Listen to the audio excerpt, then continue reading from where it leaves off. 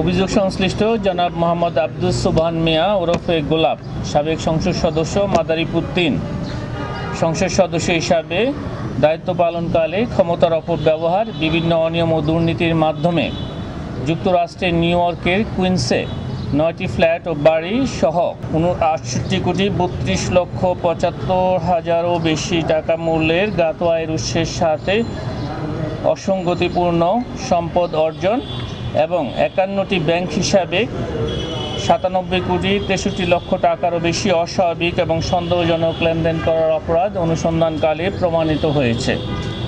এই কারণে তার বিরুদ্ধে দুর্নীতি দমন কমিশন আইন ২০০৪, দুর্নীতি প্রতিরোধ আইন ১৯৪৭ এবং মানি লন্ডারিং প্রতিরোধ আইন ২০১২ এর সংশ্লিষ্ট ধারায় একটি মামলা রুজুর সিদ্ধান্ত গৃহীত হয়েছে।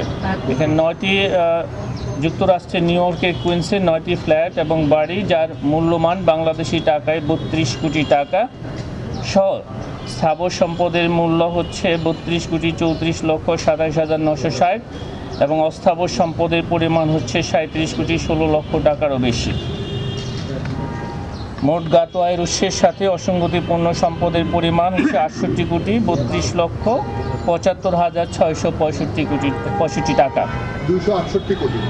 ৬৬,৩২,৭৫,৬৬৫ টাকা এবং অস্বাভাবিক লেনদেনের পরিমাণ হচ্ছে ৯৭,৬৩,২৩,৩88 টাকা।